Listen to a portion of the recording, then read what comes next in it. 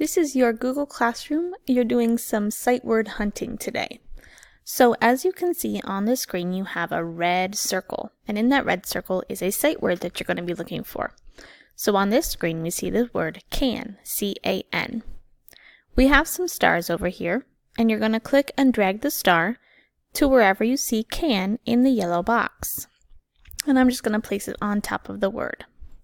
So I'm going to look through and cover all the cans with the star. So I'm hunting for that sight word can. Now they may look a little bit different. The types might be a little bit different, but if it has C-A-N, then that is the word. Now you can see I ran out of stars, so there are no more cans left in my yellow box.